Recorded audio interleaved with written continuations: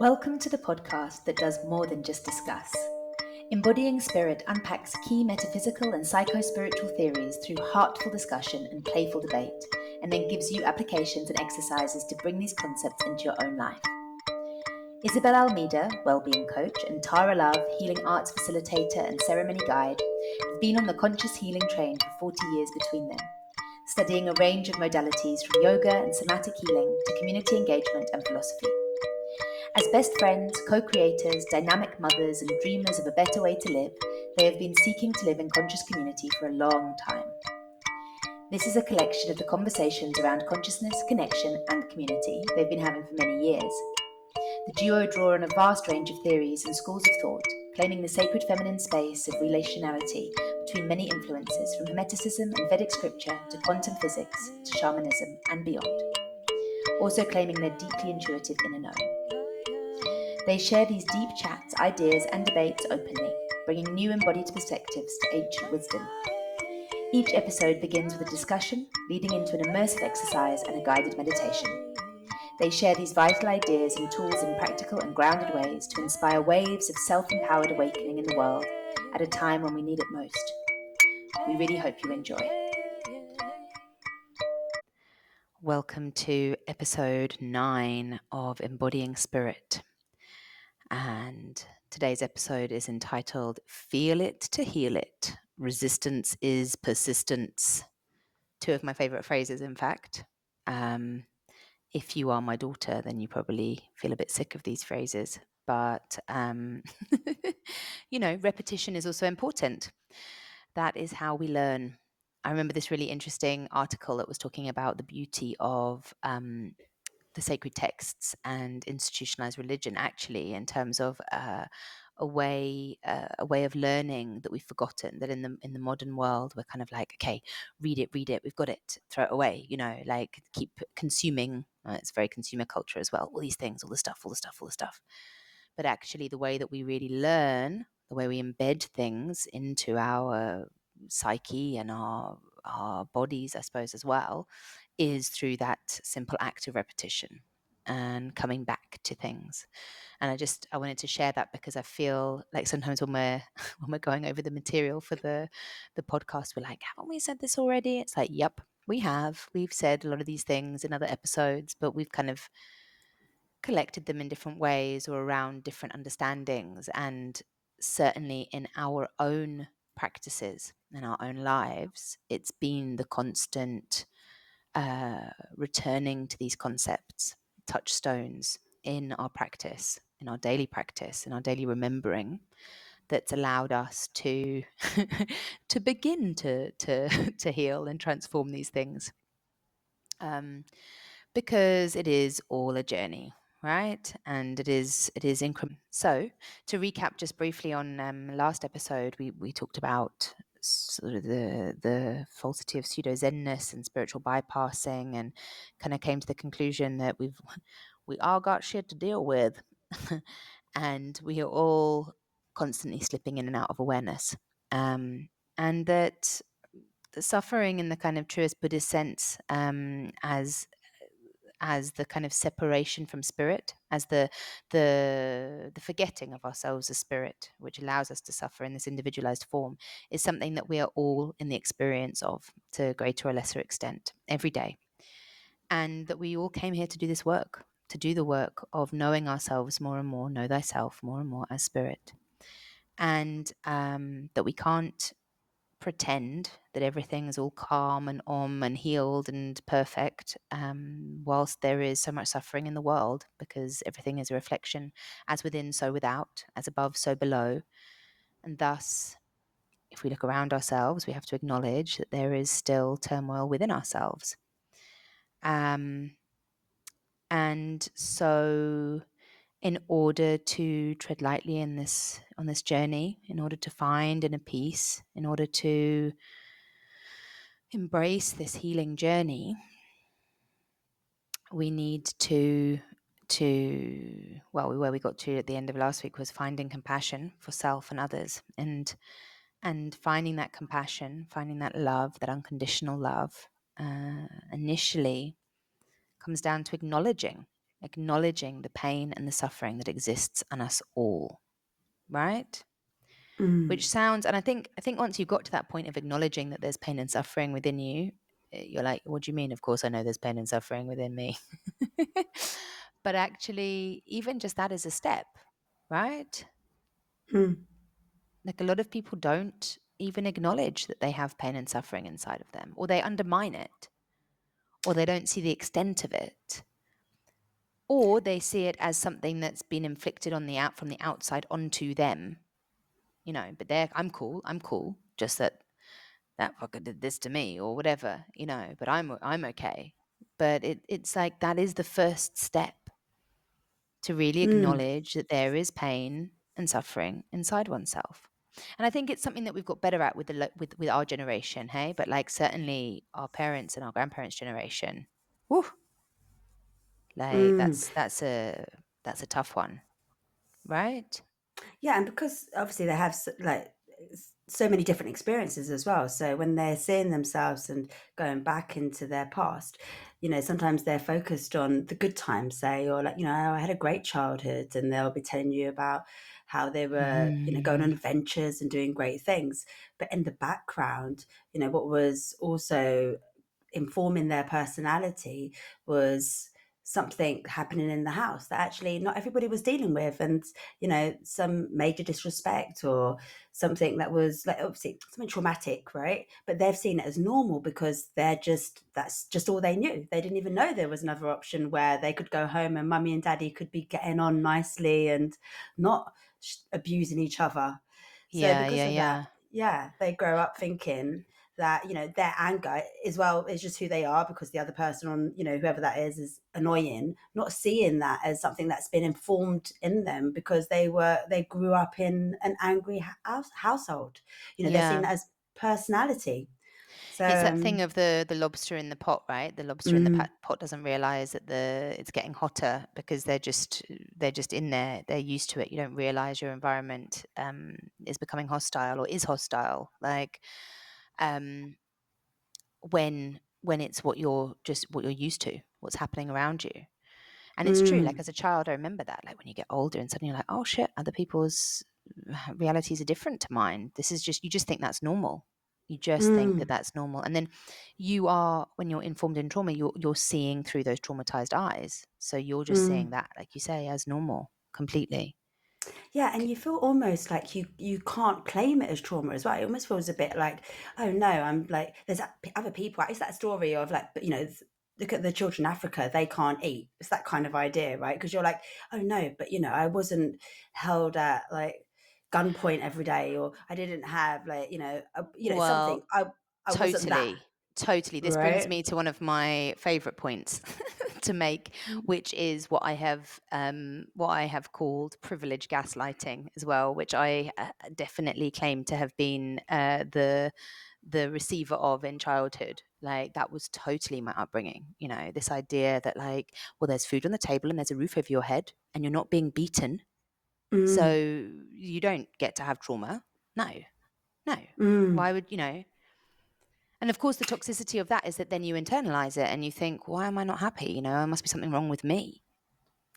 Yeah, and even in homes where like like with where you've got an alcoholic, a raging alcoholic in the home, and Mm, you're actually having nightmares every night and all the rest of it, you've still got mm, someone saying, "Oh no, but but you didn't experience trauma. I was the one that really had the trauma because I had to make sure that I went to work and put food on the table and still made sure you survived. And because you did survive, because you're here now, you can't then have that's why you are unable to see it, because then you're like, oh no, it almost feels a bit ungrateful if I then harp on about how I that was painful for me, or mm, so it becomes really, it's so difficult. mm, And that's once again, bless us, bless our little souls, because it just, we don't even know what the truth is anymore mm, until we start to do the investigative work, and then we're like, mm, oh, hold up, why am I not having successful relationships? And then you start to peel back the layers and you understand, but you don't have the foundation for that.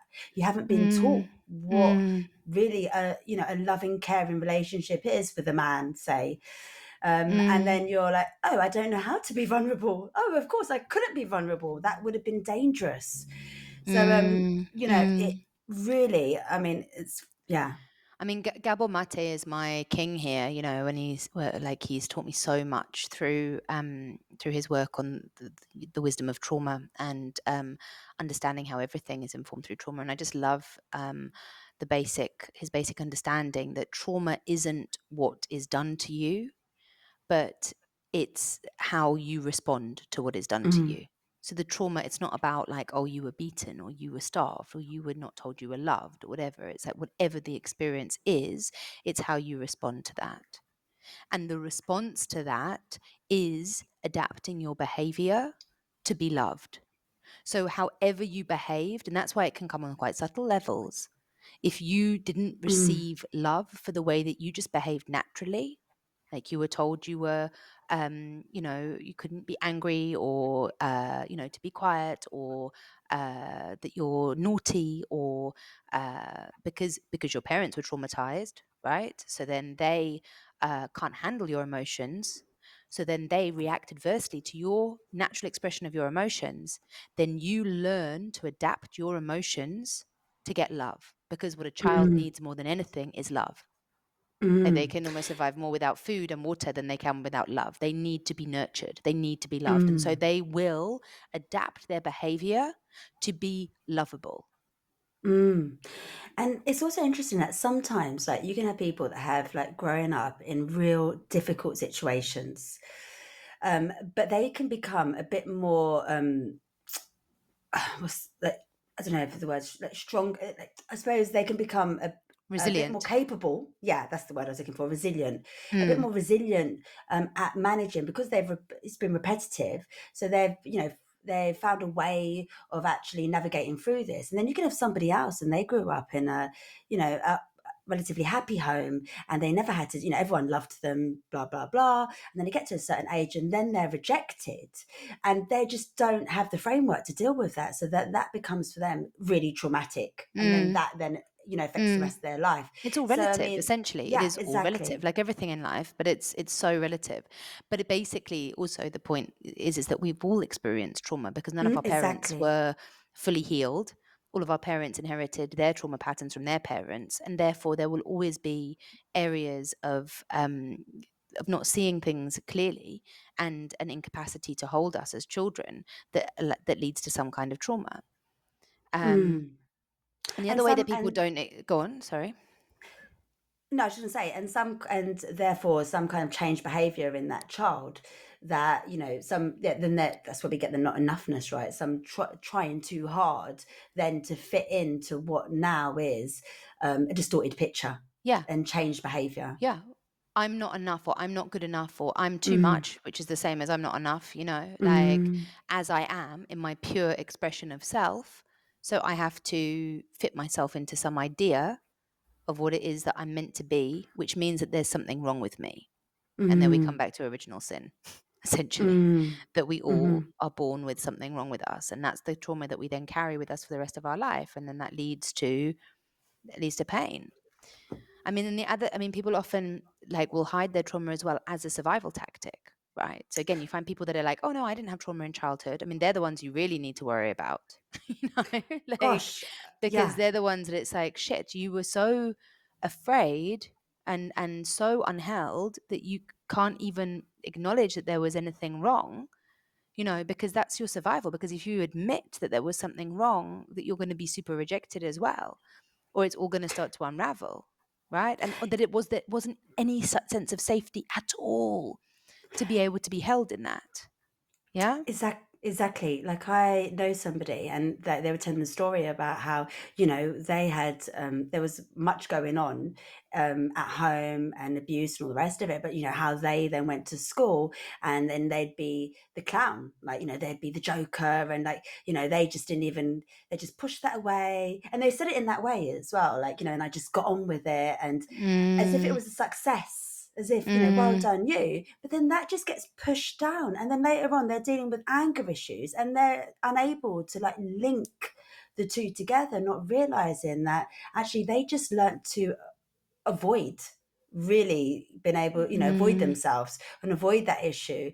And then they lose the reference point, unless they once again go back and do the investigative work.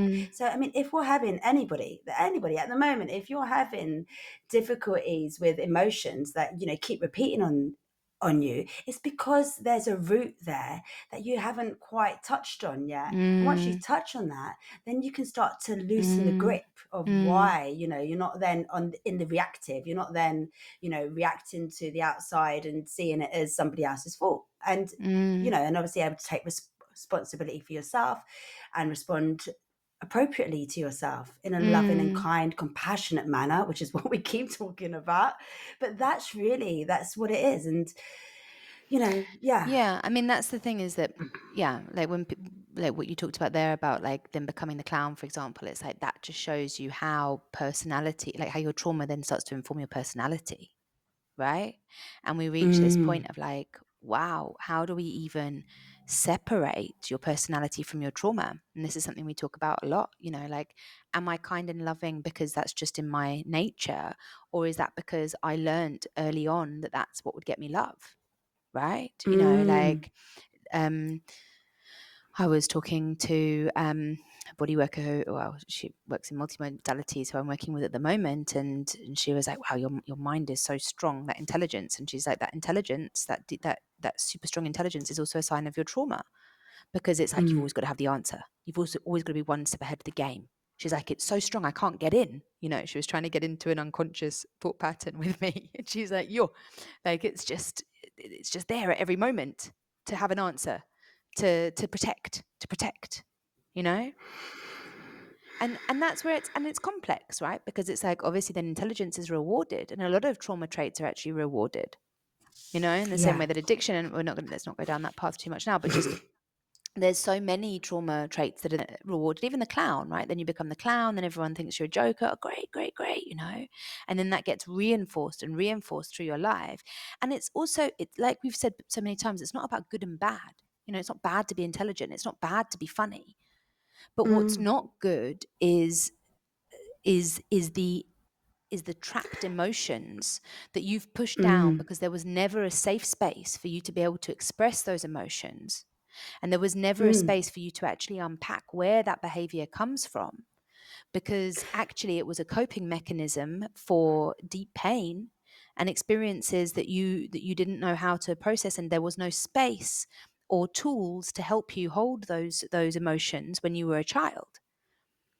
Yeah, and really it just creates an imbalance in self. Like, I know, like for me, like growing up in the household I grew up in, it was a case of like, if I make sure that you're happy, then I know that everything will be okay. That was like, what I was feeding myself, just make my mum happy and then all will be good, which obviously creates a people pleaser. So then I'm like, oh, and it's, and I'm not doing it consciously, right? But it's like, oh, how can I make sure everybody else is okay?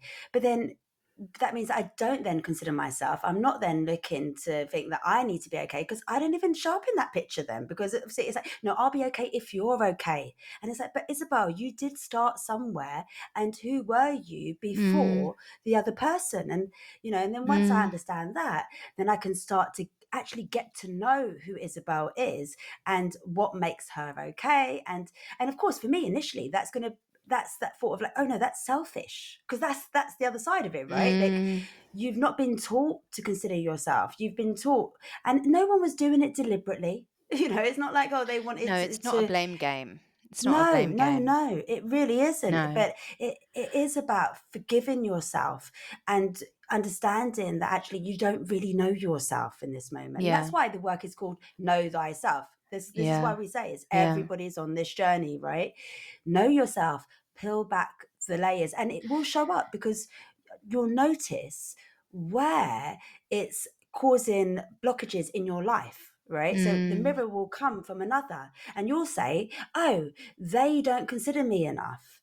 And really what you're saying is I don't consider me enough. And oh, okay, because I'm a people pleaser. Oh, okay, because, and then you start to unravel it. Because that's the thing. We've held this trauma for so long in ourselves, and found and created these coping mechanisms that now we don't know how to process and release it and to see it as separate from ourselves. We don't Mm. know where the personality begins and the trauma ends, or vice versa. We've completely embodied it. We've completely embodied it. Mm. We've often pushed it down, and that's where it can start to stagnate as well. And that can then cause disease, right? Disease in the body. I mean, I always come Mm. back to the story of my mother, at this point, who bless her heart, died of cancer at 48, which is a shocking story, really. And I believe that one of the reasons that she died so young was to teach me that lesson, because she was such a beautiful soul, and she gave and gave and gave. Talking into what you were just talking about as well, is like, she gave so much. She was an amazing teacher, and she just gave to all of these children so, so deeply. And she gave to her family, and she gave to her mother, and she gave to me. And she just loved so wholeheartedly for everybody else in the world. But she didn't give any love to herself.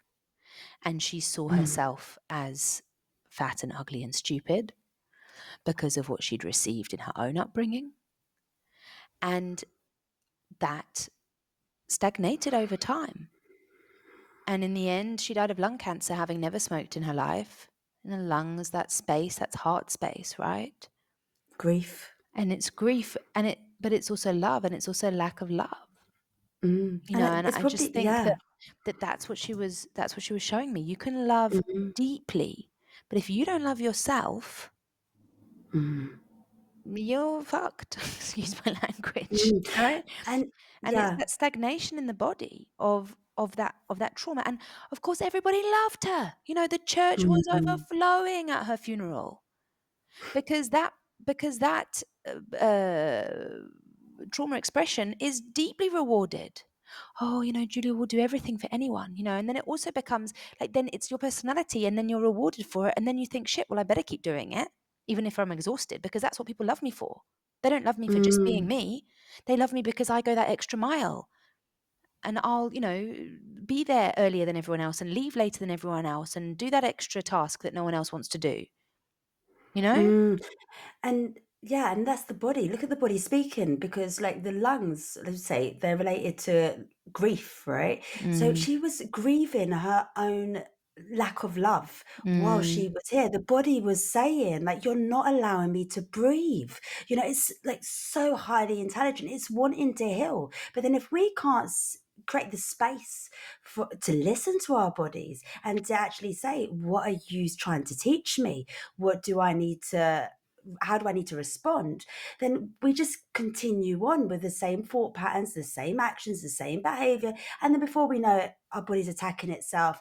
And then, as you say, it's like, it's so sad that that's then what happens is that we just lose the game, and yeah, yeah. I mean, that really is it. So, in terms of these kind of steps towards, feeling it to heal it, we have to first allow ourselves to feel that trauma. We have to allow ourselves to acknowledge the pain and the suffering that we feel within ourselves on an emotional and a physical level.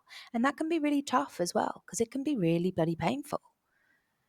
And yeah. and we can, and like we said, because the lobster pot situation, you don't even necessarily know that you're in pain or that you're feeling things. But the more we acknowledge it, the more we allow the body to express and the emotions to express, the more we acknowledge that this is an intelligent life form. Like, so many people with the body as Mm. well get so frustrated. "Ugh, my shoulder's sore." Ugh, like it's betraying Mm. us, right? Like it's like Mm. it's how dare it? Like, how dare this Mm. pain be here? How dare, I mean, I definitely related to my body like that for many years, doing intense physical theatre and yoga, and like, ugh, why have I got to sore this? Why is my back da da da? It's like, because your body is talking to you. And when we Mm. let the body speak and we understand that it's sending out distress signals, because when there's an imbalance, first of all, it will be on the energetic level and then the emotional level. And then when neither of those are listened to or allowed, then it starts to express on the physical level. And that's when we get Mm. sick. And so when it's reached that physical level and then it's really talking loudly to us, it's really shouting. And what do we do nowadays? We suppress it. Like, what does modern medicine often do? Not to say that allopathic medicine doesn't have its uses. Please don't get me wrong. Like, I'm very glad that we live in an age where there's anesthetic, particularly for Mhm. dentistry. But what is it telling us? Like, if we cover over with painkillers, we are suppressing the messages that our body is telling us, right? Like, and this is where also it's like when you have a child who is sick, nurse your child. Like, the age of nursing in general in hospitals as well, it's like it's being killed off because there isn't time, there isn't resources, there isn't money. Medicate, fix, send them out. But no, our body is talking to us and it needs to be nursed and listened to. Like, the best thing you can do for your children when they have an earache or a tummy ache is to be with them and allow those pains to be experienced and to hold them. And of course, to bring certain relief through hot and cold compresses, baths, things like that, soothing things, but not things that are going to block the pain. Oh, quickly, so I can go back to work, so you can go back to school, so we can make you better, better, better, better. Because what happens? You suppress the pain and it's going to go back inside and then it's going to come out even louder somewhere else. Louder Mm. and louder until it becomes so loud that you're incapacitated, right? Yeah, and I think that's the thing is when we don't see ourselves as spirit and we see ourselves as physical, we deal with ourselves physically, right? Like that's the thing. Mm, So we're unable to see that the world is reflecting back to us. We get caught up on what we're seeing with our eyes rather than it being this is showing us ourselves. And mm, like you were saying, we get caught up on the fact that this is something that like depression becomes something that we want to medicate rather than looking at the fact that we need deep rest and mm, what is it asking us to look at, mm. what has been unseen, and the same That what the you were body saying with like knows how to be in balance. The body knows its homeostasis. it's So if it's not always in balance, healing. then there's something that needs to be looked at. That's the Yeah, thing.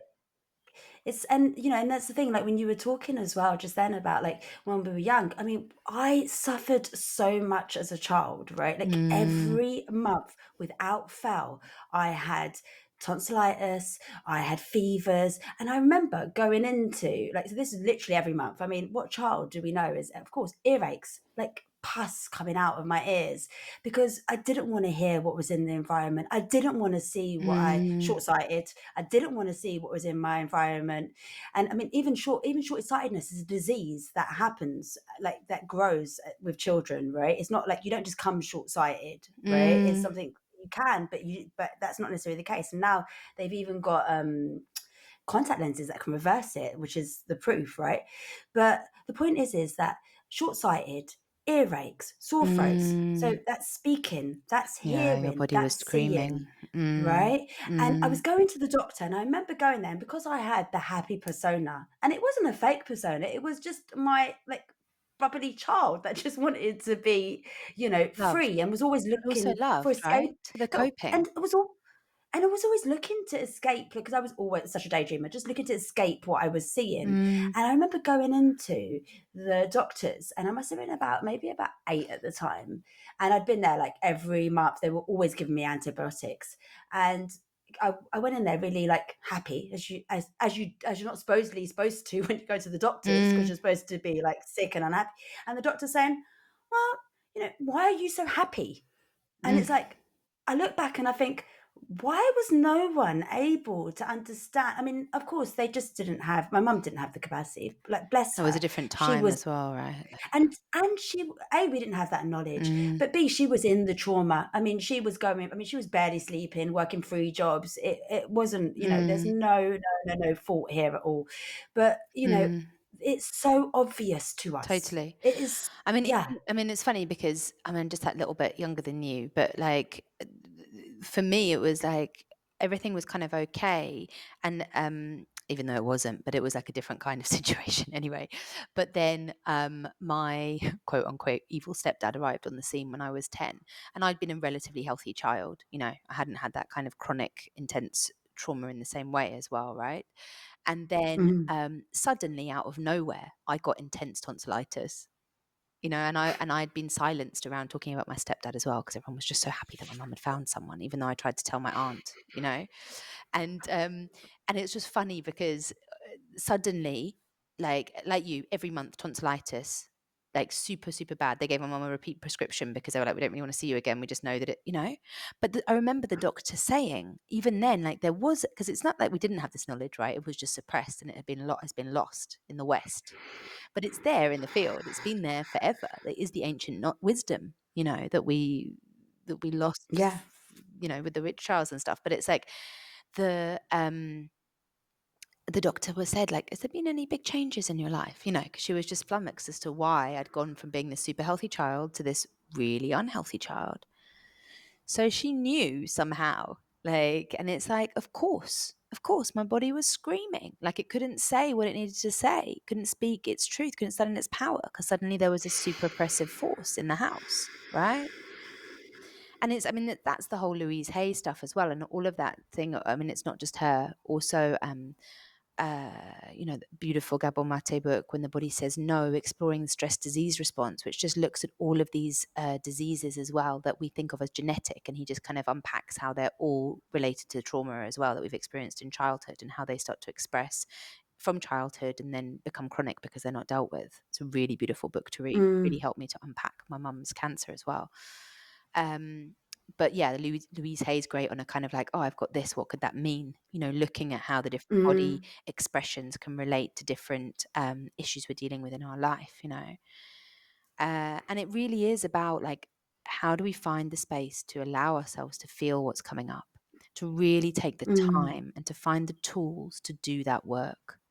Because as we said, anyone that says they don't have trauma or they don't have anything coming up, that's like a real alarm bell, because we all have it, and we really need to get to this point of feeling it to heal it. And I have to just say as a caveat, like, and I was thinking of it when you were talking about your experience, that we need a safe space to do that. And a lot of people are not able to feel it, to heal it, and are still covering over with these trauma personality expressions because they're still living in unsafe environments as well. Because they're still in a space where they can't feel safe to express themselves, you know? It's so yeah, it's so difficult as well because when you're in this story, like you're informed in this story, and then like you say, it's like you're the fish in the water, you can't see, so you don't know that this is where it's coming from you, and then you're here, and it's so you become so blinded to yourself as something that is a creator out here, that's part of, I know we've like spoken about that as well, but that's part of what's being inputted into the situation. I mean, the thing is, when we step into our power, which is what we lose sight of when we become traumatized, is the ability to know something else and therefore do something else in this moment. We become a victim to the situation, and then of course, as we say, like we just, that's why we are unable to find safety, because we don't know that we deserving of safety Mm, almost as well. mm. We don't know that there's us that can step out of the pattern, the loops. And We we just keep find what repeating. feels safe is what's familiar as well, right? That's So until 100%, we know 100%. that there is another reality that's possible, we Mm, believe that also, first of all, we believe we deserve what we've had, because that also becomes, because we mm, internalize it. We believe that we've experienced these things because that's what we deserve, because that's what, what's for us. And also because it's safe, because these patterns of mm. behavior become the known. And what is known is often so much easier than something unknown. Like, that's like And me it with men, right? Like, in a way, it's like, gosh, I mean, even though I say, oh God, I really want an amazing relationship, and I want to, be loved, and I want to be adored, and da da da. And yet, it's why I haven't bothered for a while. It sounds really, really dark, but I just mean let me speak impeccably. Why I've been focusing on my own healing, and therefore been single for a while, because I got bored of repeating the same trauma patterns of ending up in relationships that were not serving me, where I wasn't being uh, respected, or wasn't being honored, or wasn't being seen, wasn't being loved because I was just repeating the same trauma pattern from childhood of having had absent father, and and not loving myself. So it's really hard to see another possibility as well when you don't, when you can't step outside of Yeah. it. And as well, it's like we become embarrassed by ourselves as well. I mean, like, it's like when I used to have, and I think I mentioned it previously, when I used to become nervous in situations of confrontation, like my nervous system would just go crazy and I'd be shaking, right? Um, and it's like, I just wanted to stop it. I'm not then Mm, thinking, because obviously I just wasn't of the awareness. So I wasn't thinking, oh, how can I heal this? Oh, Isabel, you poor baby. Like, of course, this comes from mm, this and whatever.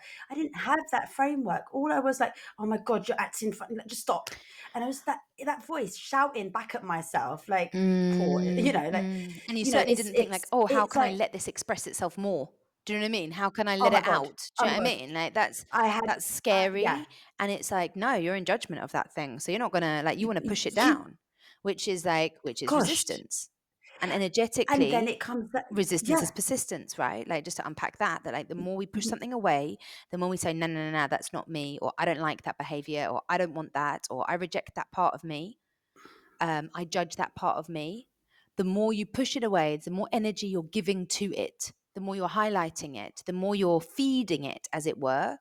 And then the more it's going to come back to you, the more it's going to return, the more energy there is in the resistance, the more energy there is to create it tenfold, right?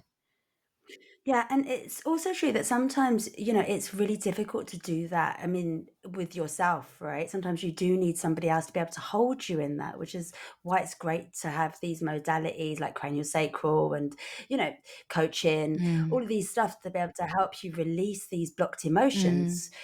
Because that's what they are. They're blocked mm. emotions. The body is held on to that. Like the plant journeys also really help, like with the mushrooms, like to even show you, Mm, oh shit, that I've got that. Like a lot of people come to journey and they didn't mm, even realize they had emotions stuck in them, particularly men, because we live in a society mm, that says men, boys don't cry. Still really prevalent. Have these beautiful men that come and then they're mm. like cry the whole, and they're like, I didn't even realize I had all that stuff in me, and it's like, yeah. So it can be a great gateway into opening you up to those emotions as well. That's the thing, because ideally, if we were really held, right, like we would have been allowed to express these emotions, because people would look at their children and say, "Oh my God, this is the biggest job ever. This is the best job in my life. I get to really inform the next generation. I get to give you the space to be, to Parenting. feel, Yeah. so that." Right. So that you can go out and be yourself in the world. But instead, we're in situations where we're not like, the medicine store isn't quite there. It's still medicating and just pushing down. So children haven't been able to express themselves. And so then when they're older, they're afraid of their own emotions, and Mm, it's like they're even afraid that it may, like, you don't want to start with that crying because it may not mm, stop. You don't want to start mm, with that shaking because you may not mm. stop. It's, there's no Yeah. I remember space. my teen and feeling like I don't want to get out of bed, but if I don't get out of bed, maybe I'll never get out of bed. Like Yeah. that was a recurring, and after my mum died as well. And it's like, what if I just allowed myself to stay in freaking bed? Because if I'd allowed myself to grieve in that space, for example, after my mum, but I couldn't because I had to look after my daughter as well and all of these. But it's just like, actually, there's a deep fear around losing your mind, losing your shit, losing control, control, right? Yeah. And the truth is as well, it's like, not only can you don't allow yourself, but as well, your friends and family are like, okay, time to move on now. Because you're not feeling the feelings as well. It's like, well, what space is there? It's like, oh, 6 months. Okay, we'll give you 6 months to grieve. And they're not doing it deliberately. Do you know what I mean? But it's like people haven't got the time to sit with you in that as well. Mm, So that also becomes like you've got that voice and society's got that voice. So mm. actually, I mean, gosh, both us as a friend or family member, but also those us receiving it from them. I mean, it's often really uncomfortable. Like I've been in that situation where someone, is in an extreme emotional expression, and you're like, oh shit, what must I do? Well, I need to do something. I've got to fix it. I've got to make it better. And it's like, no, no, no, but no. yeah, You've just got to hold them and listen. creating that space to allow it. But of course, if you haven't allowed yourself to be in those emotions, if you haven't allowed yourself to express those feelings, then it's terrifying and it's uncomfortable. And I think that that's the beauty of doing your own work, because I know, like for me, like previously when it would have come to, I mean, obviously I lost my dad when I was 11, but I mean, it was a different situation. But the point is, I didn't have a framework of grieving. There wasn't, in fact, I mean, how could I grieve for somebody that was like so abusive as well? So it wasn't even thought about, right? But as I grew up through life, of course, there's certain things that I just didn't even really appreciate. And it's only like now that I've really kind of moved in to that awareness that, oh my God, like this is something that really requires space and love and attention. And so now that I have somebody I know close is currently going through grieving for their father, and it's just the most beautiful gift to be able to really be that kind, loving, compassionate friend who understands that there is no limit to the amount of love and patience I can give you, because why is that? Why do you have to move on? Why, when you're ready and your body has said, I am okay now, and I don't have to go into floods of tears now, you won't. That's when the moment will be. It's not because there's a timeline on it or a point. No one knows. You're an individual. No one knows how long you're going to have to grieve or how long you're going to feel that pain, or so actually, of Yeah. course, we don't want to become, it's not about becoming stuck in anything, but we won't be stuck Because if everything's we always allow. changing.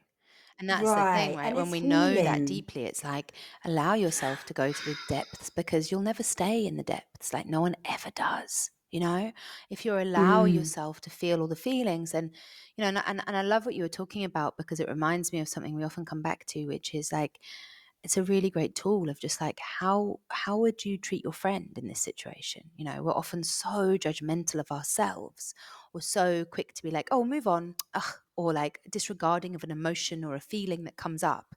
Or don't be so silly, don't be so sentimental. Or if your Or friend was feeling that, you'd be like, oh, let me hold you in that, like, let me. And it's like, how can we really, as we talked about last episode as well, like be compassionate with ourselves? Like, how can we really also acknowledge that we have to have the dark to have the light? We have to have the pain to have the beauty, and we hold it all within us. And we have to allow ourselves to feel it all. And the more we feel the dark, is more that we'll feel the light, because as high as you go is as low as you go as well. And I mean, and yeah, go on, sorry. No, I was just going to say, I know that like one of mine is I'm bored with that. Like, it's that same, it's that Mm, impatience, right? That mm, impatience with oneself, right? Because there's an idea, because it's the ego. There's an idea that I should have been over this already. And it's not that you're saying those words, but you're just feeling like, oh, well, I'm still here, I'm still here, I'm still here. And it's like, how do we change that voice that says, oh, okay, I haven't dealt with this yet. Oh, okay, this still needs to flow. I still need to process this. I still need to feel this. I'm still feeling it. It's not mm, even like mm. It's you not a don't have a choice. choice. Exactly. Exactly. Yeah, You're you either don't have a feeling it or you're choice. not feeling it, or you're feeling it and you're suppressing it. Do you know what I mean? As in, like, yeah, you're either Exactly. feeling it or you're not feeling it, because it's moved on, because you're feeling something else. You're always feeling something, right? And either you're suppressing Mm, it and then you're creating stagnation and dis-ease, or you're allowing it to flow. And even just to take a moment to feel into what it feels like, that feeling of flow, like a flowing, like it's even making me like move my body in this beautiful, like watery way, like, or stagnation, and it's like the feelings are going to be there either way, and they're either going to be stagnated and stuck and stiff, and like even how that makes you as a person. Do you know what I mean? Does that make you a nice person? mm, Even does it make you an easy person for other people to be around? Or in the flow? And the more you let it flow, it's actually, and this can't be the intention, but actually the quicker you'll flow through it, right? Like the more mm, you let go of the idea of feelings being bad or wrong, or you reject them, it's the more, as I say, that they're going to come back, that they're going to be stuck there. mm, Whereas the more you allow this flow, is the more is the more ease with which you'll flow in and out of them as well. I mean, and then I come back to, mm, I know I had this talk last week as well, but like the idea of the body as an instrument, that we've been gifted this divine vessel that has all the notes on the keyboard to play, that can, in the same way that physically it has the capacity to do all these wonderful and amazing things, emotionally it also has this capacity to express all these amazing things, all these amazing feelings, all these amazing energies in motion, emotions, and the more we just allow Mm. ourselves to be in that divine expression, like you don't want to get stuck in one key, you don't want to get stuck in one tune, but you just keep Mm. allowing the flow, and all of the beautiful melodies and harmonies that you can express becomes the richness of life, as long as we release the judgment. and then Mm. and then we become, I love this phrase that we came up with, which is like the divine expression without identification. So you're not attaching to any Mm. one expression, any one emotional loop, any one feeling, but you're just allowing that flow of divine expression without judgment. And it is difficult, because it is concerning to think, oh, but if I allow myself to feel all of that, will I get stuck there? Will I be unappealing? Will I be unattractive? But again, it's that resistance to it. It's that fighting it. It's that fighting energy. It's that judgmental energy that's actually unpleasant and difficult to deal with. If we accept it and we allow it and we Mm. just give ourselves to it, it's actually beautiful. Yeah, and if you see like your whole life as a story, right? So like if your whole life is a story that plays out, and in that story are mini stories. So you have a heartbreak, for instance. So you're with a partner, you're in love, for whatever reason you fall out of love. Like that needs time to pass through. When you look from the outside, you wouldn't say, "Oh no, that should have only taken like 5 days or 1 year," or you'd allow for all these mini stories to Mm, be part of this greater story. The issue we have is that we're almost like afraid of like that this is going to be the story, and I'm going to get stuck here, when actually it's like actually there's just many stories. Your mm, life is just mm, many little chapters, and yours is just to play now, mm, just to play now. So with whatever's coming up, because also we're like, it's like the onion. It's like you will repeat, because that's what we do. We have a story here, and we'll know, oh, this came up when I was 50 and I had this issue, something came up with mm, rejection, and then it will repeat itself maybe at 30, and you only may end up unpacking it at 40. Like that's just what it was. It's like you're not supposed to be trying to get anywhere, or you shouldn't have known anything beforehand. It's really all about just letting go, letting it flow. It's easier said than done, I know, right? But this is how we um, this is how we can move beyond mm, disease, mm. because we're not getting caught up in disease in those and getting stuck there. We're allowing the Yeah, flow. it's interesting you talked about story, because I think that's also something that we talk about a lot, like getting attached to the story. I think that's also why people resist confessing to their trauma, in their childhoods, or talking about their story. I don't want to get caught in the story. I don't want to get trapped in the story. It's something we talk about in the spiritual community as well. Like, oh, don't attach to the story. Don't attach to the story. And I think that there's an important thing to clarify there. And that is that um, definitely you don't want to get um, trapped in a certain telling of your story. Oh, I behave like this because this happened to me when I was a child, and because this happened, now I'm like this. Right? It's very stagnant. It's very stiff. Mm. It's very stale, and it can excuse really toxic behavior as well. Oh, well, I'm abusive because I was Mm. abused. End of no. There's no end of story, Mm. right? But also Mm. sometimes when people say, "Oh, I don't want to attach to my story. I don't want to attach my," it can also be a form of bypassing. It's like we do. Mm. It's walking a tightrope. We do have to acknowledge what's happened to us. We have to investigate. Most of us, for many years, I was like, "Oh no, I don't have trauma as well." Like, because my mum. And then it's like, hang on a minute. You thought your dad rejected you until you were 12. Then you found out he died when you were 4, and that he took advantage of your mum. So you actually were conceived in rape, and that was hidden in shame. Like, what? Hang on a minute. Like, of course, there's bloody trauma there. So of course, I had to investigate that story. I had to figure out. Oh, okay, now I understand why I've got so many issues with men. Do you know what I mean? Like, duh. Mm. It's very helpful for me to unpack the story, to look at the story. Now, if I got stuck in the idea of, oh, well, I can't have relationships with men because I didn't have a role model when I was growing up and I was rejected by my father, and I didn't have a da, da, da, da, then that becomes problematic. And so it's Mm. also that remembering that nothing is ever fixed as well. And we're only ever telling the story from the position that we're in. So now also I Mm. tell that story very differently. And I don't necessarily lead with that story. There was a time where I was stuck a little bit in that story. And I would tell that story, Mm. quite a lot. Now it's like, oh no. And now also I've done work. Now I connect to my father in spirit as well. And we've done huge amounts of healing. And now Mm. I can talk about, like, it's so beautiful that I've come from this whole family of artists, like, and I've done research and I found out like his parents were both artists. He was a performer. It's like, oh wow, and I can understand also, like, I've done like the trauma that he experienced and how that trauma influenced the trauma that he inflicted on my mother, and how I inherited that. And it's like, oh, wow, this all makes sense. And so the story is constantly evolving and changing, right? And now Mm. I can also give my daughter a beautiful story about her grandfather. Whereas before it was a mystery. In fact, Mm. the fact that I wasn't told the story until I was 12 actually was quite a hardship, right?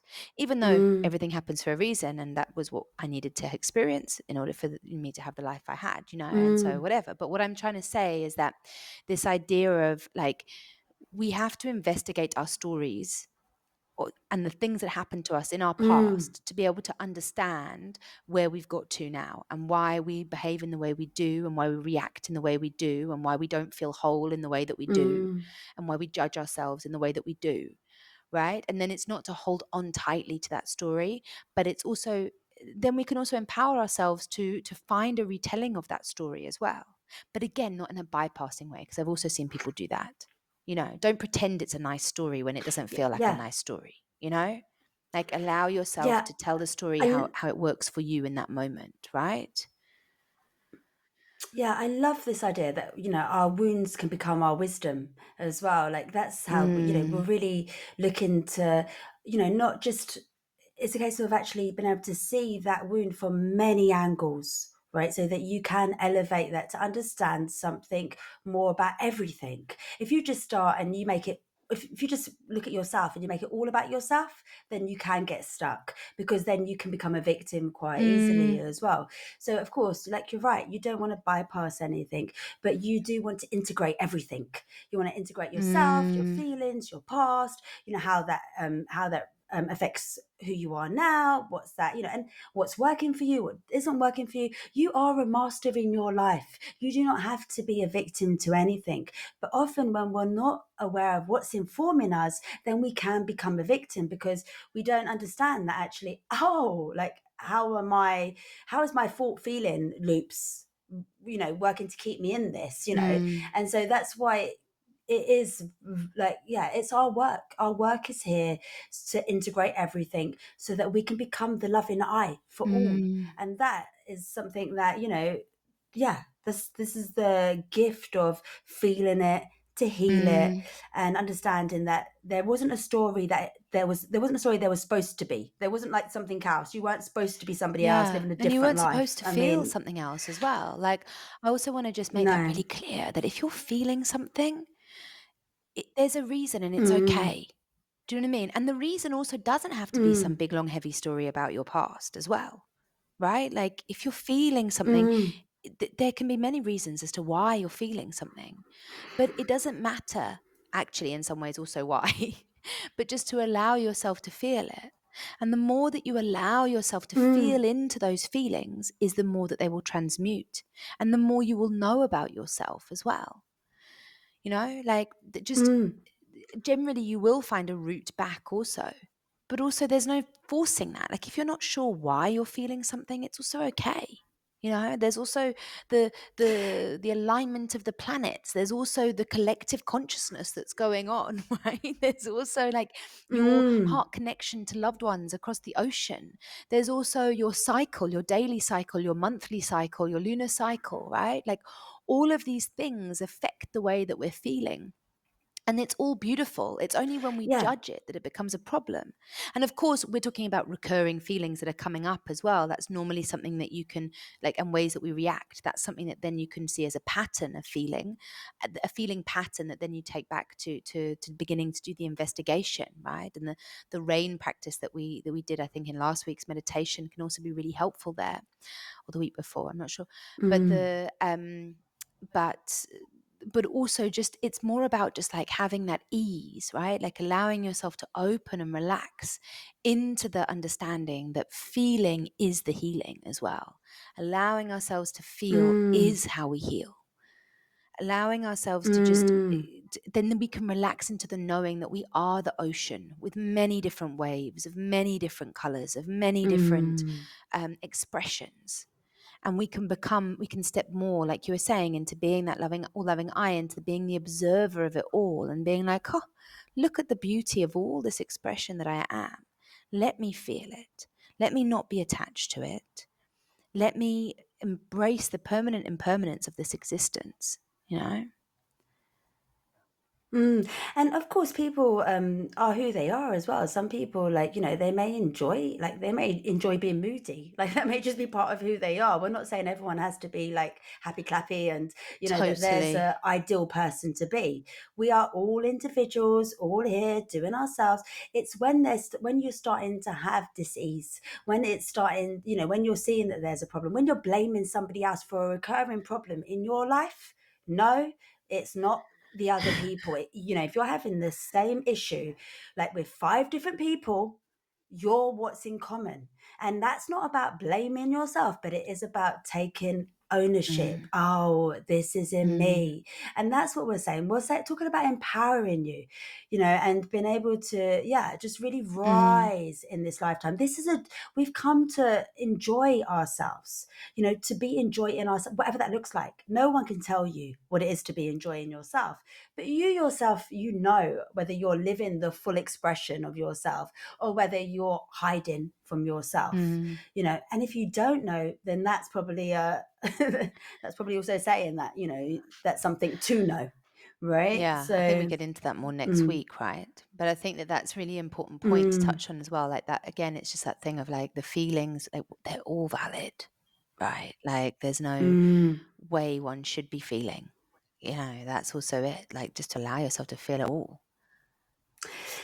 And that reminds me, in our dreams, we know, because when we're dreaming, gosh, we have a whole array of our feelings. Sometimes we're like so happy, sometimes we're sad, sometimes we're scared, because that's just, yeah, we can't control that. It's not that we're supposed to only have Yeah. one feeling, right? Mm. And that's the way.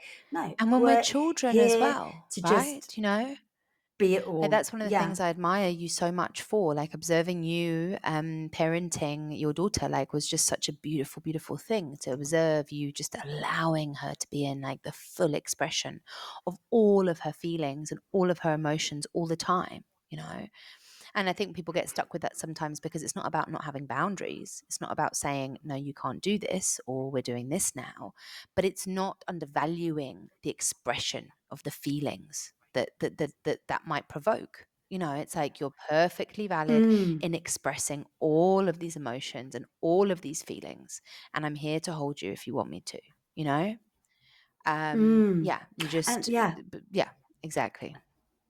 I was saying that makes you a more complete person, Mm, right? But if you're able to touch on all those feelings, at the end of the day, you're going to be able to give what you've come to give from your heart more yeah. fully because you're not going to be containing yourself. It's deeply So, empowering. It's deeply yeah, empowering.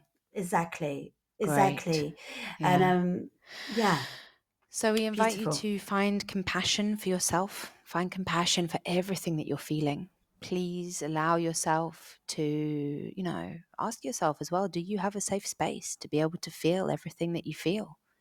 Do you give yourself time in the day to sit with your feelings? Again, meditation, meditation, meditation. Do you give yourself allowance to feel everything that's coming up? And do you give yourself, Mm, loving kindness to allow whatever is coming up to be valid and valued? And then, mm, allow yourself to also investigate potentially. Like maybe it doesn't need investigating. Maybe it does. This is something that keeps coming up. I wonder where that comes from. And just have that loving kindness, that non-judgment, that acceptance, knowing that it's all a divine expression and that you're beautiful and we love you. We really do. Lots of love. And stay tuned for the Lots of exercise love. and meditation.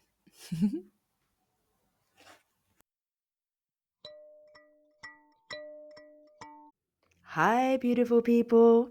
Welcome to the coaching exercise of the Feel It to Heal It episode. And today, what we're going to be doing is we're going to be doing an exercise where we lean into the feelings and explore what's coming up with Tārā. With me as a guinea pig. Yeah. As always. And of course, we've spoken about feelings and how often in development we can suppress them. We've maybe been taught that they're not okay to feel for whatever reason, or we have guilt or shame around them. And so, actually this exercise is where we really are able to sort of free ourselves and just spend some time with ourselves and allow those feelings to go by, which just allows us to shine brighter and brighter. So this is a great exercise for you all. So Tārā, you can either sit or lie down, whatever feels best for you. Okay?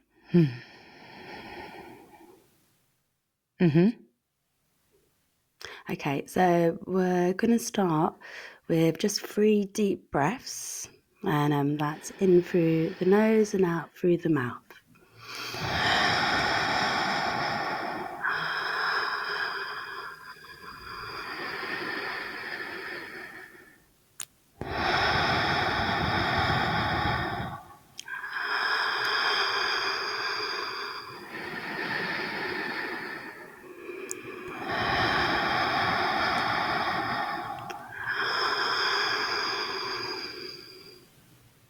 Okay, so you may want to close your eyes so that you can bring your attention inside. And I just want you to feel into your body and just feel what's coming up for you.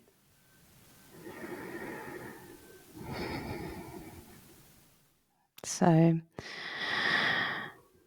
I'm actually dealing with quite a bit of physical pain at the moment. I've got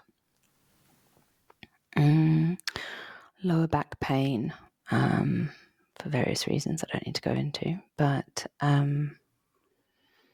and obviously there's the physical sensations of that pain, but I'm also aware. I've been working with sort of separating those things out, and I can feel also that there's a kind of sense of frustration that's sitting around that. Like in wanting to be able to be present and in wanting to be able to do the work. So I'm being distracted by that pain. So then there's this kind of, so emotionally holding around that pain, I can feel this kind of frustration and annoyance. Yeah. And can you locate like where that frustration is in your body? Yeah, well, I guess it's sitting there at the lower back in a way, because it's kind of like around it, like, but it also, there's a line that connects it to my solar plexus as well, which is where I hold quite a lot of stuff, I think. I know.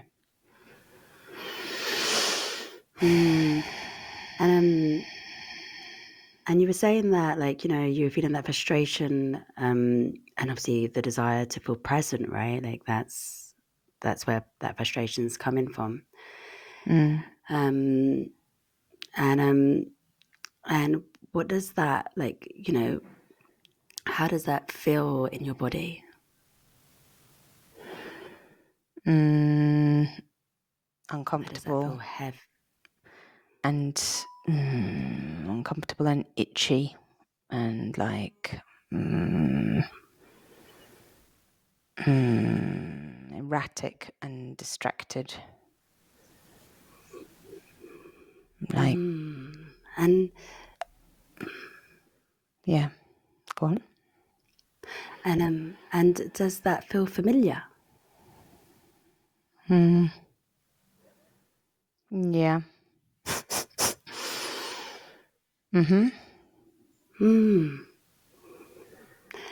And does it feel like a feeling that that, you know, are you able to allow that to be there, or do you feel like you're trying to push it away? Kind of annoyed with it, which is almost like the same feeling that it is, but just like more of it, but at it, if you see what I mean. Yeah. Okay. So what if we feel into that, and instead of pushing away, we expand it? How does that feel?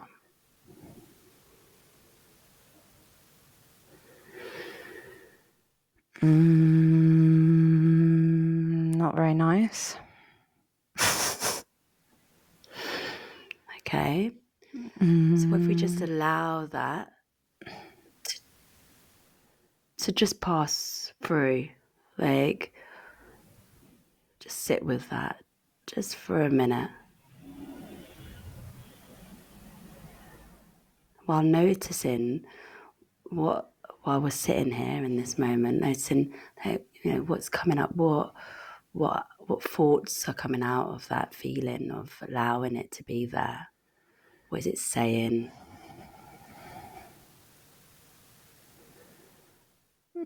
Feels quite angry. I'm like getting this image of these like little red face monsters. They've got like big mouths and they're like that's what's coming up. Great, great. Yeah, and how do you feel about that? You know, like, is that okay for you? It kind of triggers my anxiety. Okay. And what's the fear behind that? What are you anxious about there? It just doesn't feel very peaceful. It feels kind of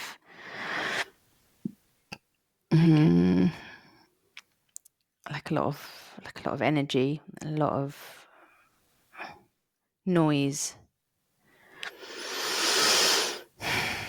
and busyness, unnecessary busyness.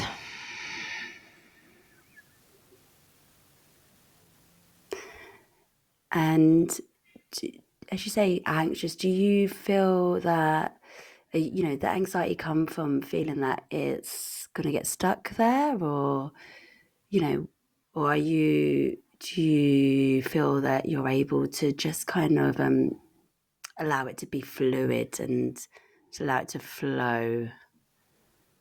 I know it's not I guess it easy when feels it's like if uncomfortable. I indulge it, that I'm not going to be able to do what I need to do. Like I have to somehow, like not being able to control it. I guess that's the anxiety. Like that. And, you know, that's really what's quite funny about these things, isn't it? Is that it's often in the trying to contain it that it continues on and doesn't just pass by. So, and maybe that's a belief that you're holding, um, you know, that actually that we can just become aware of, right? That actually emotions generally only last for a minimum of about 3 minutes when they're allowed to be felt.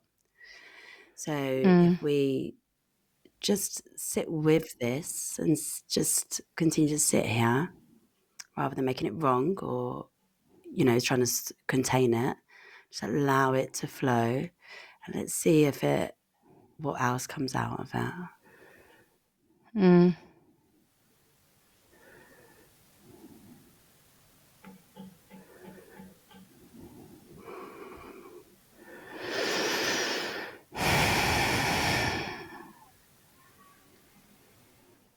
And it's okay. If it doesn't change, it's okay. We're not trying to push. We're just allowing. We're just allowing what's coming up to come up. And of course, Tara, you need to be so compassionate with yourself, because you know your lower back is in pain as well. And you know, when we're in physical pain, this makes the whole experience even more difficult, right? Because that is survival. And even when you're talking about doing things, and I mean, obviously, really, rest would be what's best prescribed for you. That's what And I was going to allowing say. this, It's like I it makes you feel know, I tired. know. You know, and I know it's not always possible when we feel tired to rest, but especially when we're in physical pain, you know, and it's like really then it's like there's nothing, you know, as you know, there's nothing more important than health. Health is wealth. So, and sometimes as well, when we've been suppressing this, you know, like you say, the fear of feeling this and allowing it to consume you, it means that it lingers on longer, right? Like it's been held. So sometimes these feelings, which would normally pass, it's like suppressed anger, right, can last for a lot longer than anger itself. So I just want you to be aware of that. You know, it might not have passed like within these few minutes, right? But that doesn't mean that by allowing it to be there, it's not. It will pass, right? But it's just realizing that this is what your body needs. Your body needs for you to prioritize the allowing of it. It's that thing I To realize that I get caught in of like wanting to, like the need to control it. And then it's like, well, what comes up is that, then it's like, it's just calling for rest. Like if I listen to it more, it's like it just makes me feel tired, right? So I need to rest. And then I notice that the thought pattern that then comes up is like, yeah, but you can't rest. It's like, well, you've already given yourself the morning of rest because you went and had a therapy session. Do you know what I mean? It's like I've already done, it's like, but I'm giving myself more time than I would normally have allowed on a weekday. Do you know what I mean? Like by having a therapy for my body. And now I need to work because I've got to do work, right? And then it's like, but you just still need to rest. But it's like, but there's no space to just keep resting because I can't do it all. Because there's so much I need to do because I'm doing it on my own, and then it's like support, and that's the feel, and that's obviously what it's an uncovering, that feeling of not feeling supported, which is obviously exactly what the lower back represents as well. So it's like, and there we go, yeah, there it exactly. is. Do you know what But I mean? The lack of feeling supported. and that's what we can give ourselves, right? That's what we understand when we're working with ourselves as spiritual beings. We're understanding that these are beliefs that have become solid, that are creating the pain, that are keeping us in this cycle, right? And in the relax and in the rest and in giving yourself that truly, like, so where you're realizing that those thoughts that are coming up are mistruths. They're not the truth, right? Like that's what you've been feeding into and allowing to recreate, because instead of listening to the body and listening to the feeling, we've been listening to the thoughts and the old patterns. And so I know, and I'm not saying that this is an easy process, but even more important, because your back has got to this situation, that we have to override that old pattern of just pushing and forward and doing what has to be done, and understanding that in the allowing the feeling to be felt and giving it the space, the healing will come, which will allow the work to get done more effectively and efficiently in the long run, right? Like that's the same with any sickness, right? Is that if we go to work sick, we don't get as much work done, right? And so here there is nothing more important. The most important work is rest. Like that, I know that doesn't sound like work, but for you, that is the work, to rest and to allow yourself the compassion to be here with yourself. And No, and I also think, and like, just to obviously what go on. mm, Sorry. no, please carry on. No, I was just going to say my piece about how we need to reprogram ourselves to understand rest as really important as well. That it's also like the capitalist system that's programmed us, into thinking that rest is not important, but it really is. It's something, it's like, it's really big work, I think, of this time. Exactly. Yeah. Exactly. And that's why we need to have so much compassion for ourselves and be so kind. And yeah, exactly. And realize that is the work. And And so, I can hear the loud voice that's like, yeah, but you obviously, can't just keep resting. You can't just keep resting. Do you know what I mean? You've got to do the work. There's stuff that needs to be done, you know, but it's but you like, don't. yeah, I know. Yeah. But yeah, exactly. And so this is going to be the practice, right? Of like, you're going to have to be overriding that voice that wants you to push ahead. That isn't actually, that's the ego voice, isn't it? That's the one, that's the worldly one, as you say. And I want you to be the mother to yourself, especially for the rest of the day, right? Like, I mean, always, but I want you in this moment, Tārā, to take your left arm and put it round your torso, and your right arm and put it around your left arm. Give yourself a massive hug, okay? And tell yourself that, I love you. Yeah, I'm listening to you. Yeah, and it's okay. We're going to be great out here. I've got you.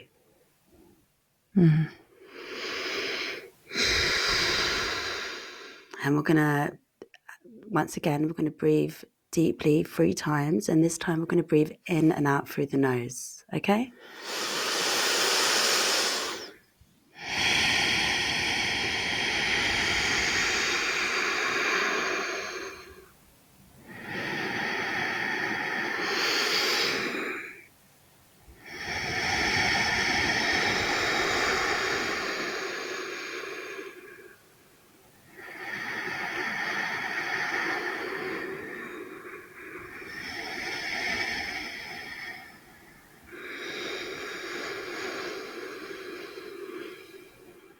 Thank you. Okay. Oh, It's thank already you feeling so a bit much, better. Tārā. Thank you for sharing with us. Oh. And please be kind to yourself. And love you lots. Love you all. And please feel free to repeat this exercise as many times as you need. And remember, your energy, your health is the most important thing you have. So allow yourself to feel the feelings so that you can continue to just glow brighter and brighter. All right. Love you all. Love you guys. Bye.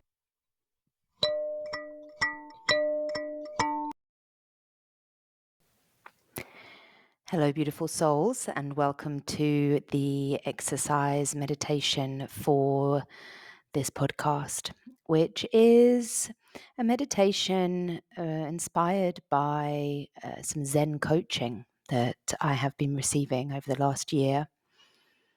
And it's a kind of very embodied form of meditation.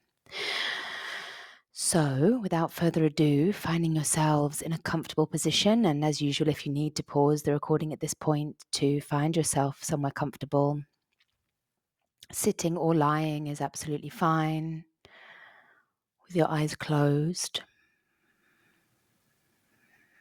And just taking a moment to come back to your breath, to unplug yourself from outside distractions, removing your energy lines from all those things in the outside world, anything that you have been doing or anything that you have to do, and just coming to the present moment, placing your hands on your heart, or maybe one on your belly and one on your heart, and taking a few deep breaths into a softening belly.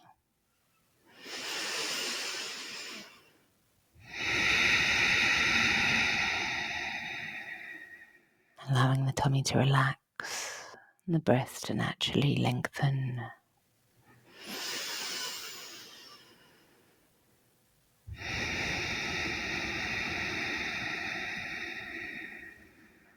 Allowing the muscles of the hands and the feet to relax, and the face.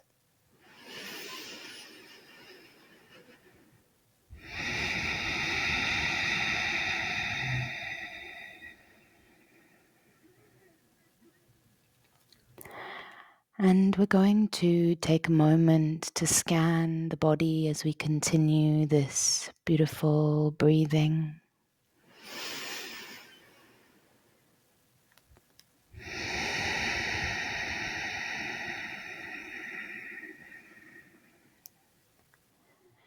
And being present with just this, what is here and now in the body. Allowing yourself to be drawn to anything in the body that is coming up for you. Finding the dominant feeling or sensation within you that is calling for your attention.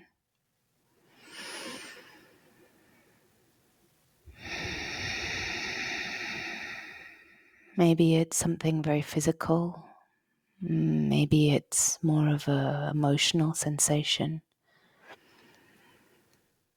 But without too much judgment or consideration, allow yourself to come to something in the body that is asking for you to look at it. Where is there a sense of discomfort, misalignment, or agitation?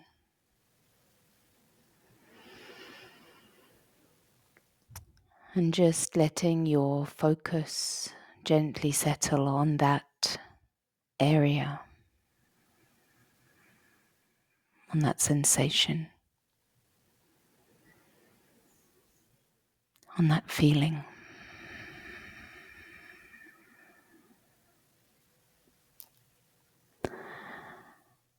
And allowing yourself to become the gentle investigator of that feeling or sensation. What exactly is the feeling? And I ask you to, if you can, speak it out loud to yourself where you are, or just very clearly in your mind, but I really encourage out loud if possible.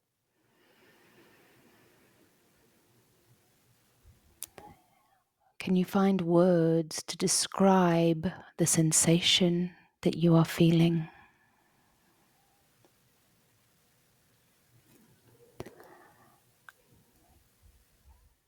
What is the size of this sensation? What is the color of this sensation? What is the texture of this sensation?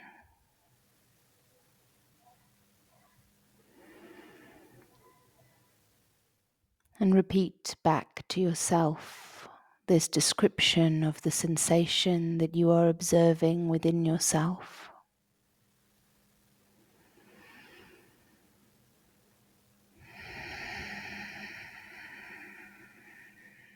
Is it dull or sharp?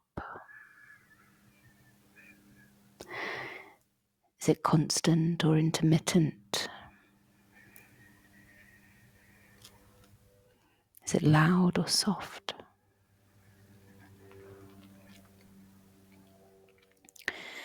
Simply observing it for exactly what it is.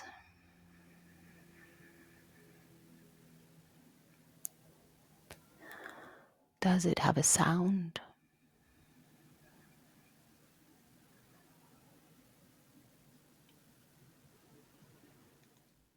And with a gentle sense of love and compassion, allowing yourself to really sit in the observation of this sensation.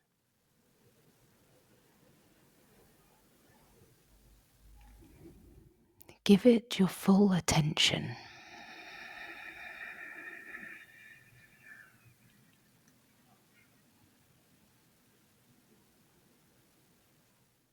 And as you give it your full attention, see how you can increase your capacity to identify exactly what it is, not where it comes from, not a story around it or an assumption about what it may come from or what might help it, but just the isness of it.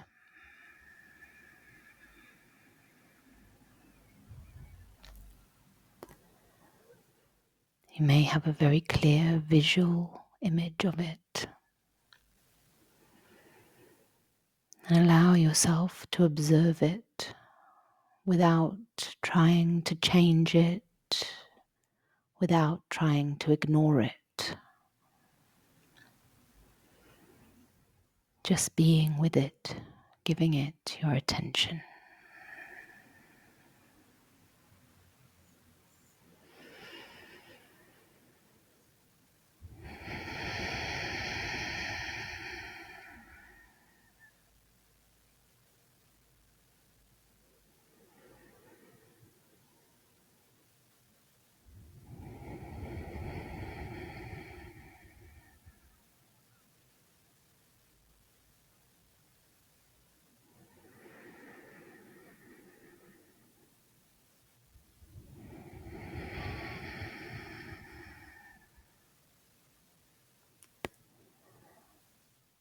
And as you continue this observation of what is within, allow yourself to observe how and if it shifts in any way.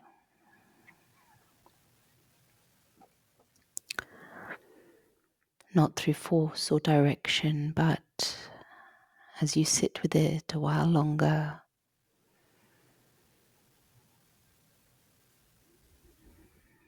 maybe it shifts, maybe it grows, maybe it shrinks, maybe it moves. And again, just with gentle curiosity, note that and say it out loud to yourself. Moving down, growing darker, in gentle observation as you breathe into this area.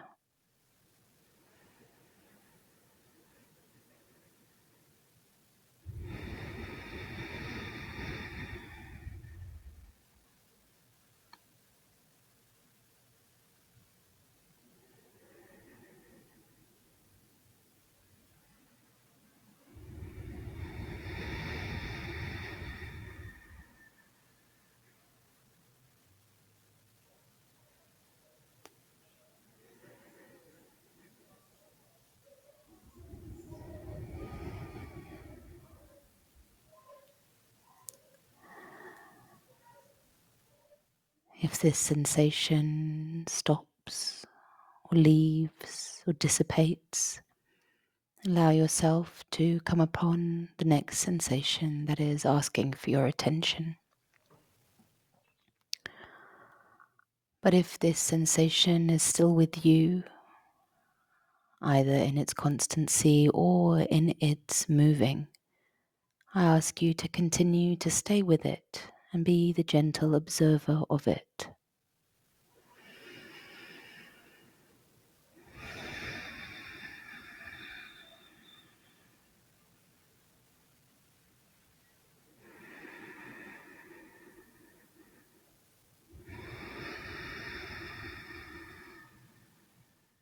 And as you continue to clarify and deepen the observation of this sensation, releasing any sense of judgment of it being good or bad, allow the observation of the sensation simply to deepen.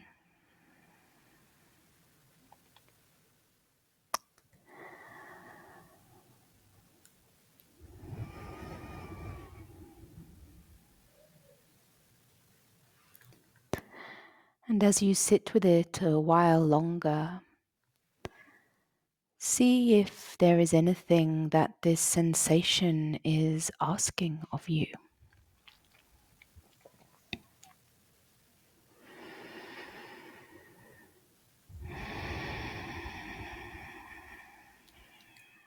What does this sensation, feeling want?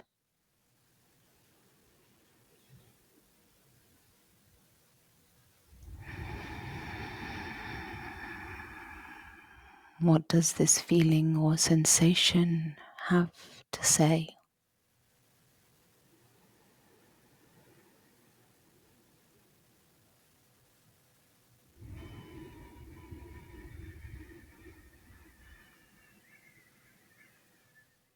Allow it to speak out loud.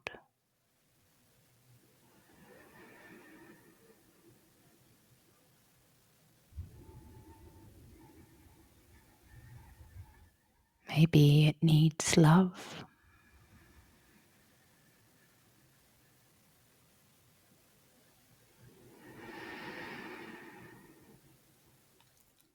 Maybe it needs to be bathed in a particular color of light.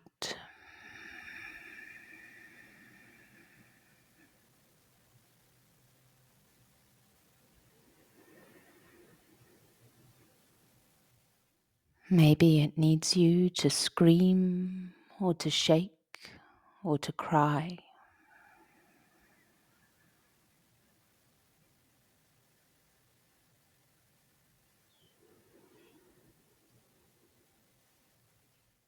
Maybe it needs to tell you something.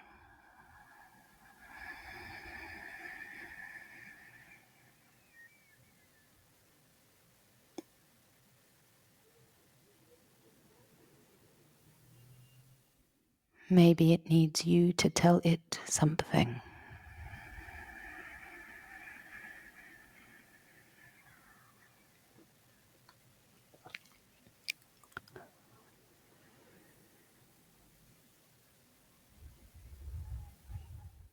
Try not to overthink it and allow the sensation to speak to you.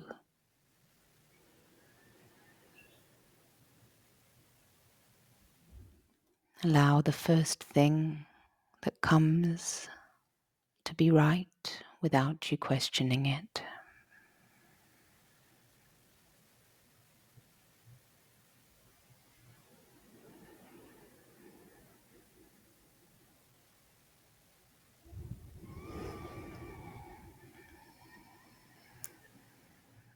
And give yourself the space to respond to the request of this sensation.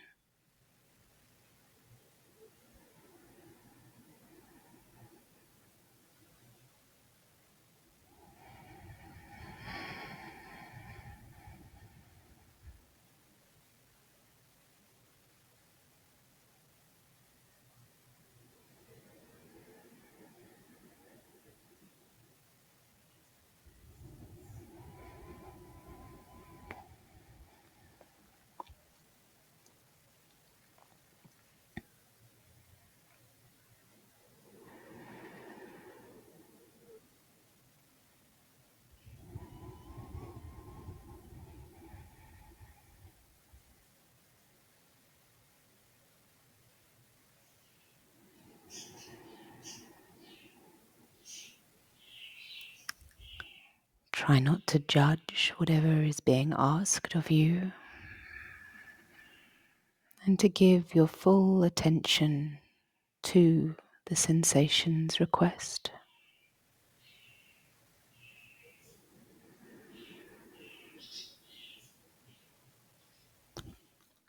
Try not to preempt what the result or response will be to what it is you give.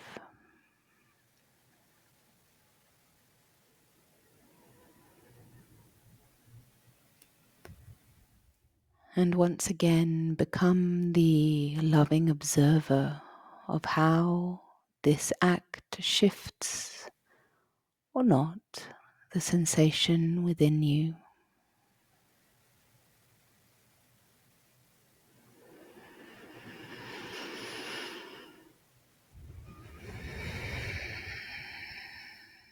Allow the body to respond however it needs to.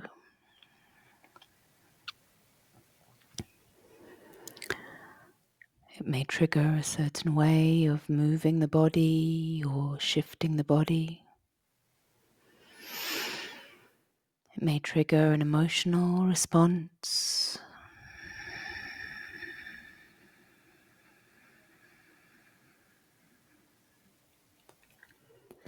And again, try to simply just name the new sensation or recurring sensation, shifting sensation that you are experiencing right here and now.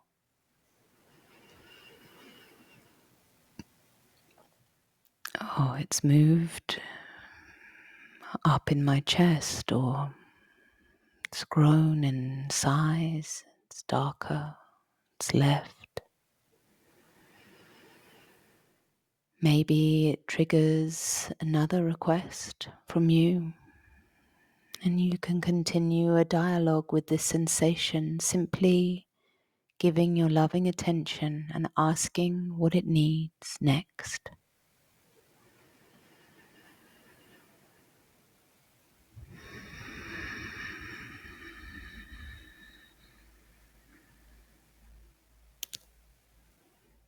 If it's something that you cannot give it right away, you can let it know.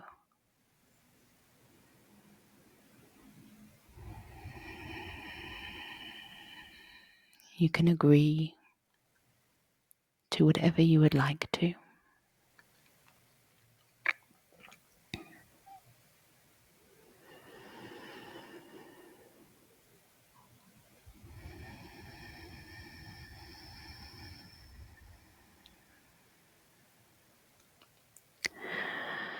And if the sensation within you is struggling in any way to shift or to express itself more deeply,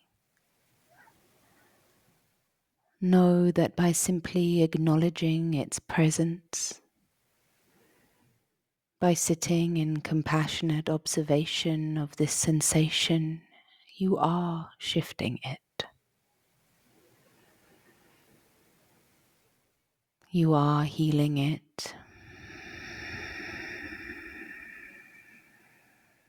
You are giving it love.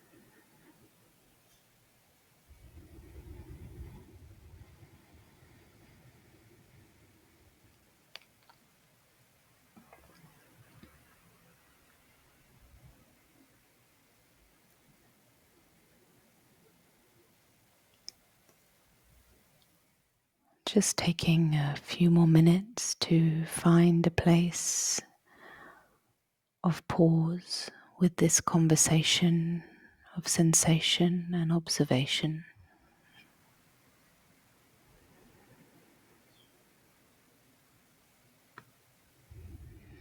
Maybe it feels like it still has a lot to tell you, or it still needs more time.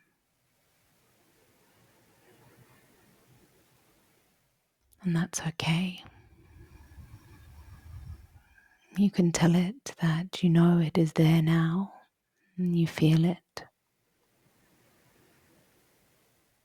and that you will be back to check in again soon and later.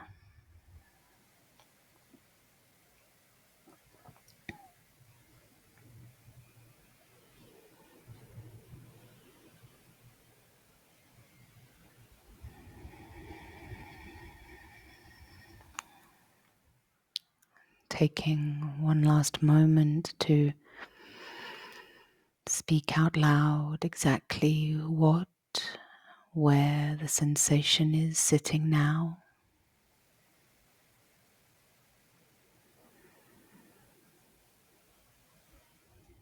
how it may have shifted.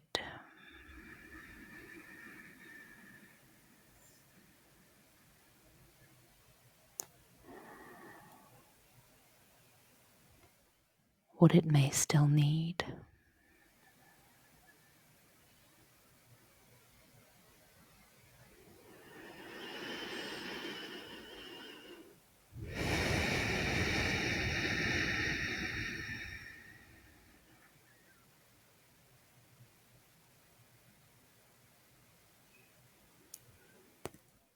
And giving thanks to this sensation for having spoken, presented itself to you, had an honest dialogue with you.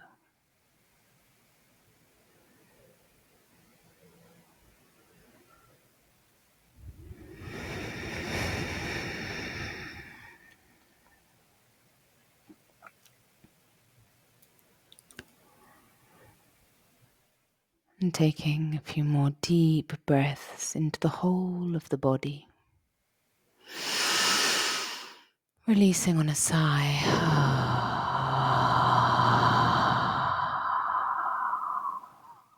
Beginning to wiggle the fingers and toes.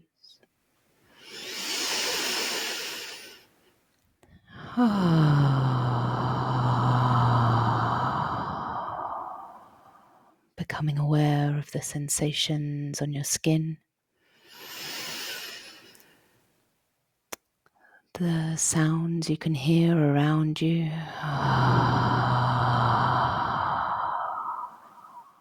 The taste in your mouth. The smell in your nose.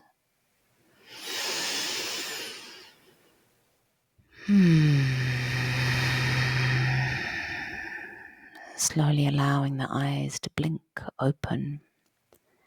Coming back to land in this space.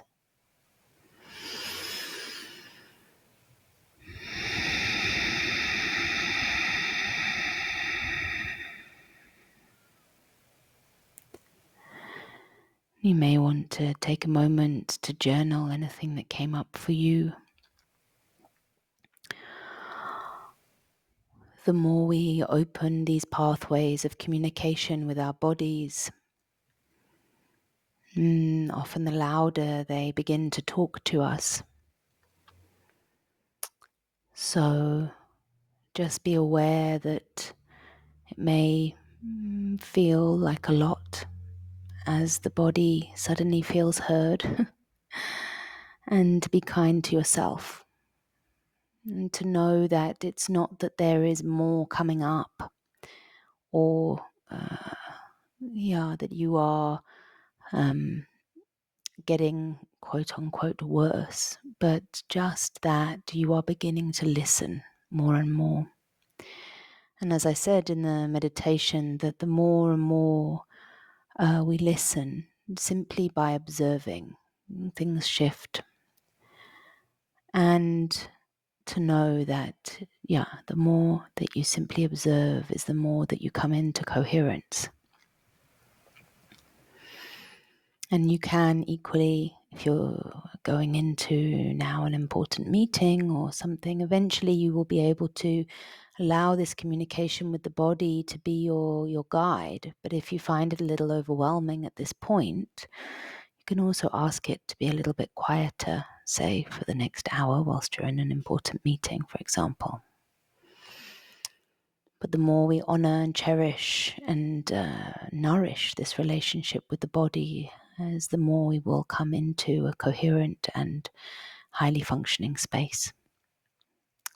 I hope that this meditation has helped you today, sending you all lots and lots of love on your onward journeys. Mwah.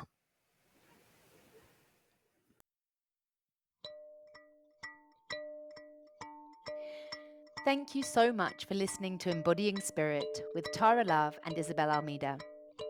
This podcast is brought to you by Rewire Desire and the Conscious Connection community. Please see the links to our social media and websites in the show notes to connect more and access our other offerings. This podcast is brought to you free of charge to spread the love and light we all so deeply need in these times of transition. If you feel abundant, safe, and in a space to be able to give from, we would deeply appreciate your support to sustain this gift. Please follow the link below to make a donation. If you would like to connect deeper and would consider becoming a more active partner, then please reach out to us. We look forward to you tuning in again with us soon. Love always, Tārā and Isabel.